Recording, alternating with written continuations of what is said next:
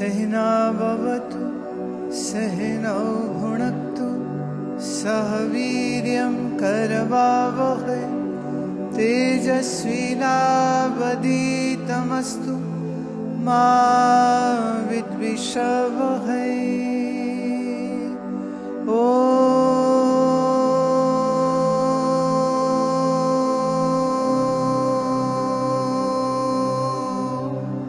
शांति शांति शांति।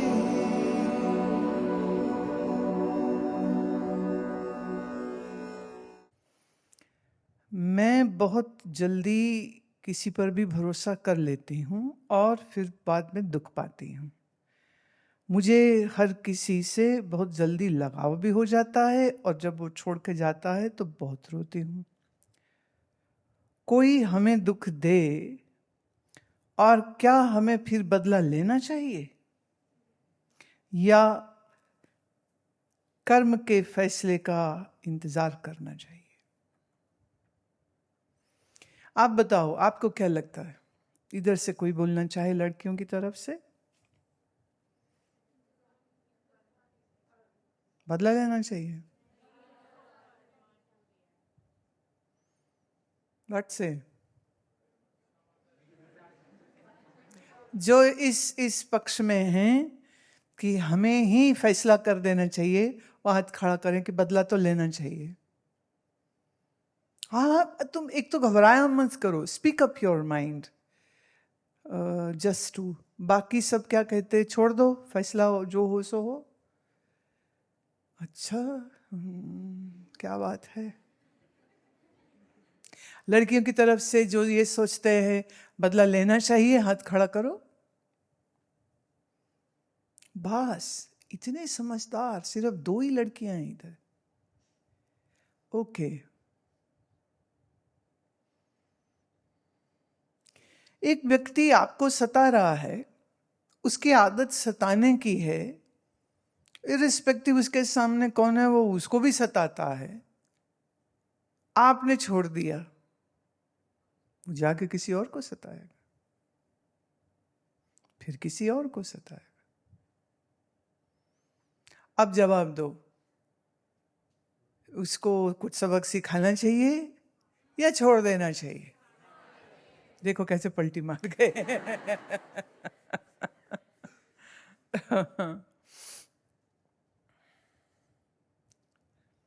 अब ये जो प्रश्न है ना, ये इसीलिए उठते हैं क्योंकि आपका जब मन बुद्धि संयमित नहीं होता है तो ये कंफ्यूजन्स होते हैं।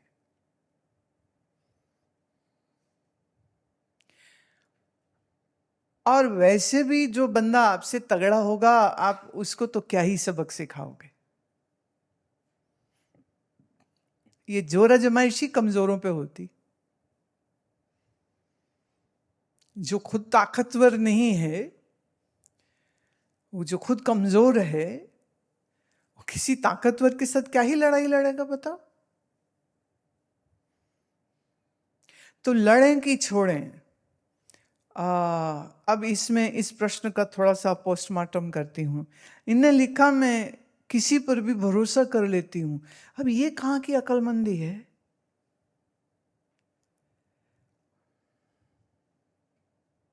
अब कोई तुम्हें ये कहे, मेरे पास एक ऐसा घोड़ा है जिस पर बैठ के सीधे अमेरिका पहुंच जाते हैं, भरोसा करोगे?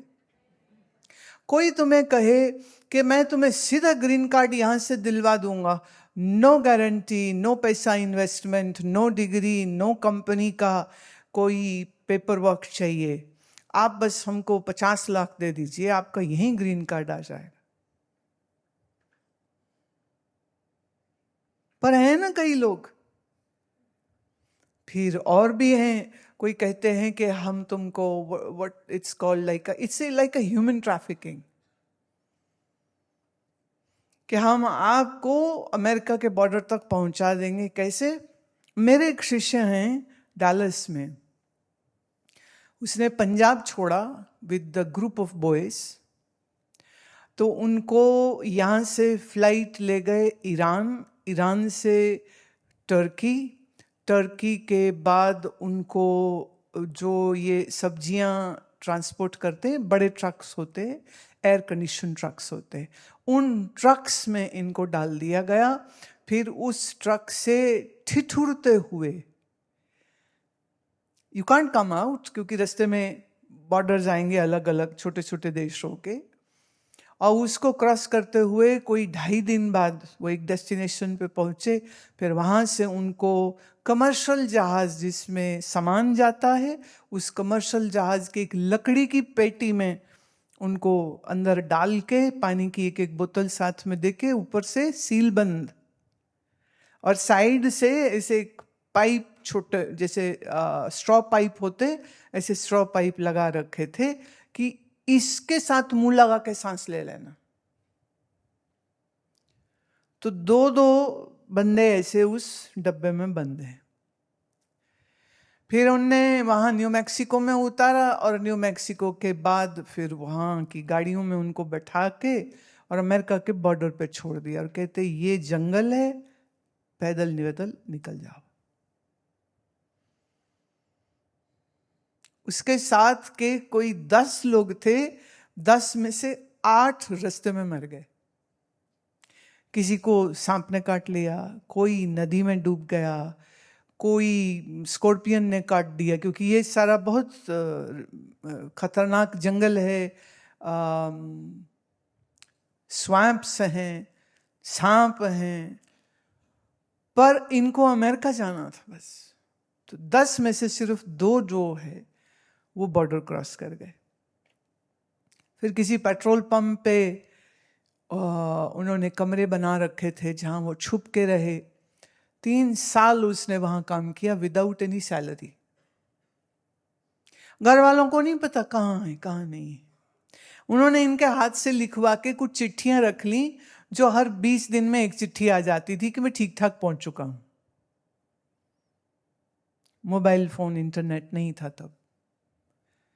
फाइनली उसको 4थे साल में आके उन्होंने कहा कि मेरा पासपोर्ट है नहीं। पकड़े गए वो, फिर डिटेंशन सेंटर गए, फिर वो ह्यूमैनिटेरियन बेसिस पे उनको कोई 1.5 साल वो जेल में रहे। फिर उनको बाहर कर दिया गया, और फिर उनको करते करते करते करते it took him 10 years actually. अब पासपोर्ट चूंकि फाड़ दिया गया था ना, तो अब कहाँ से आया, किस देश में भेजें उसको वापस? There was no information about that person. ये बंदा मुझे अपनी पूरी कहानी सुना रहा। आज वो डलस में है, फिर बाद शादी भी हो गई, बच्चे भी हो गए। उसके बच्चे भी हमारे बहुत प्यार करते हैं, सुनते हैं मुझे। पर कहानी कहाँ से शुरू हुई कि ट्रैवल एजेंट कह रहा हमें पैसा दो, हम अमेरिका पहुंचा देंगे। लो, पहुंच तो गए, पर 10 साल निकले, 8 बंदे मर गए उसके, और अपनी आंखों के सामने उनको मरता हुआ देख रहे हैं। पर वो किसी की हेल्प ले नहीं सकते, किसी को पुकार नहीं सकते, लाश उठा नहीं सकते, लाश का कुछ कर नहीं सकते। एज इट इज, क्या हुआ होगा, just wild imagination what happened to them. भरोसा हम किस पर कैसे करेंगे? हमें आपको ऑब्जेक्ट तो दिखा दिया किसी ने कि ये ऑब्जेक्ट आपको मिल जाएगा, पर क्या वो सही भी है? पर ऐसा तब होता है जब हमारी बुद्धि में कुछ कमी होती। इसीलिए मैं बोलती हूं कि जिनके पास अभी तक नहीं है, वह आज या कल में भगवत गीता हमारी ले लीजिए, एक रूल बनाइए जीवन में, रोज कम से कम 1 श्लोक जरूर पढ़ेंगे। मैंने तुम्हारे लिए एक श्लोक खोल के रखा है, ये 66वां श्लोक है। नास्ति बुद्धिर्युक्तस्य न चायुक्तस्य भावना। अयुक्तस्य माने जिसके मन और इंद्रिय उसके संयम में नहीं हो। जिसके मन इंद्रिय संयमित नहीं है, ऐसी व्यक्ति की जो बुद्धि है, ना अस्ति च अयुक्तस्य, उसकी बुद्धि इस संयम की कमी की वजह से, माने बुद्धि की कमी की वजह से, अपने जीवन में नचा भावयतः शांति अशांतस्य कुतः सुखम। ऐसा व्यक्ति अपने जीवन में न तो निष्काम भाव को प्राप्त कभी होगा, न तो कर्तव्य परायणता, मैंने our sense of duty, our sense of responsibility, ये कभी नहीं आती। अभावतः उसके अंदर इस चीज का हमेशा अभाव रहेगा। अब मन और इंद्रियों को संयमित करने के लिए भगवान ने दिया अगला श्लोक, मैं अब उसको भी कहती हूं। इंद्रियाणाम ही चरताम यन मनो अनुविधीयते तदस्य हरति प्रज्ञाम वायुर्नावम मिमावम्बसी। हमारी जो इंद्रियां हैं चरताम, चलती रहती। कहां चलती रहती है? आंखें कुछ देखना चाहती, सुंदर लड़की है, लड़का है, अच्छी ड्रेस है, अच्छी गाड़ी है, उसको देखने का बड़ा मन होता है। हमारे कान अच्छा सुनना चाहते हैं। आपका कोई फेवरेट सिंगर होगा, उसका शो है, तो कैसे पागलों की तरह जाके हम सुनेंगे। मैं एक अपना अनुभव बताती हूँ। हमारे यहाँ हर साल हम कोई ना कोई म्यूजिक डांस फेस्टिवल कराते थे। अप्रैल में 8 को 11 को ऐसे इसमें 2-1 प्रोग्राम जरूर होते थे। देश के बहुत सम्मानित अच्छे अच्छे लोगों को यहाँ निमंत्रित किया गया। हंसराज आए, वडाली आए, बरकत सिद्धू आए, सुरेश वाडेकर आए, राजन साजन मिश्रा आए, बहुत सारी लंबी लिस्ट है। इसमें जो तो क्लासिकल गाने वाले आए ना, जैसे उल्लास जी आए, पंडित उल्लास जी आए, या राजन साजन मिश्रा जब आए, तो उनने एकदम बड़ा बढ़िया वाला ठहराव से शास्त्रीय गायन कुछ किया और अच्छा अच्छा भजन सुनाया।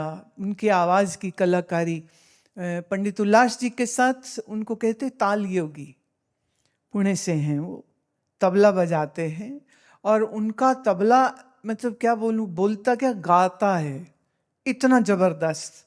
और जितने बड़े बड़े तबला वादक आज भारत में हैं, वो सब लोग उनका बहुत सम्मान करते हैं, बहुतों के वो गुरु हैं। तो जब बीच बीच में खाली तबले के बोल चलते थे, तो हम लोग सब उसको ही सुन के वाह वाह वाह वाह करते थे। फिर जब पंडित जी गाते थे तो बड़ा आनंद से हम लोग सुनते थे। माने रोम रोम ऐसे जागृत हो जाता है। महाराष्ट्र से उन्हीं की एक शिष्या हैं, वो भी आई, बहुत बढ़िया लगा। फिर हमने बीच में 2-3 ऐसे लोग बुलाए जैसे जो इंडियन आइडल जीते थे। हमारे लोगों ने कहा उनको बुलाओ, अच्छा गाता, मैं अच्छा बुला लो। जब उनने आके गायन, तो वही पुराने पुराने गाने गा देते, नया कुछ नहीं। जैसे ही मुंह खोलते हैं तो उनकी पहली रिदम बजती, तो वहीं से सारी जनता को पता था ये वाला गाना गाएगा, अब ये वाला गाना गाएगा। तो फिल्मों में जो कोई थोड़े भजन है या जो कोई स्पिरिचुअल या आध्यात्मिक थे, वो लोग गा रहे हैं, गाने में वो मज़ा नहीं, रस नहीं। क्योंकि जब वो लोग वहाँ गाते हैं ना, तो उनके बाद में पोस्ट उसके ऊपर बहुत सी एडिटिंग हो जाती। ये पोस्ट एडिटिंग और ऑटो ट्यूनर के चक्कर में बेसुरे सब गाने गाते हैं। गाना गाने की असली पहचान ये होती है कि वो तानपुरे के ऊपर सही सुर लगा के गा सके। जो ये ना कर सके, ऐसे लोगों को तो बर्दाश्त करना मुझे मुश्किल था। अच्छी बात नहीं कि मैं उनका नाम लूं, कुछ लोग तो ऐसे थे कि लगा मैं बीच में उठ के चली जाऊं और बाद में मुझे कहें इनको कुछ सिरोपा देना है। मैंने कहा इनको मुझे देना चाहिए, मैं बैठ के सुनी हूं, छोटी बात नहीं है। ये क्या गा रहे थे, किसने कहा इनको, किसने? कह रहे बुलाया तो देखो हम ही ने, but what they perform like in commercial cinema is very different from actually singing live on stage. और या तो हमें समझ ना हो तो चलो हम भी जैसे बाकी इसी से खुश हो जाते हैं, बड़े पॉपुलर हैं जी, बड़ा नाम है जी, फलाना फलाना, पर उसमें कंटेंट नहीं होता है, तो उसमें रस नहीं होता है। तो सुनना क्या चाहिए? अभी कई बार इसमें भी बहुत बड़ा प्रश्न चिन्ह है।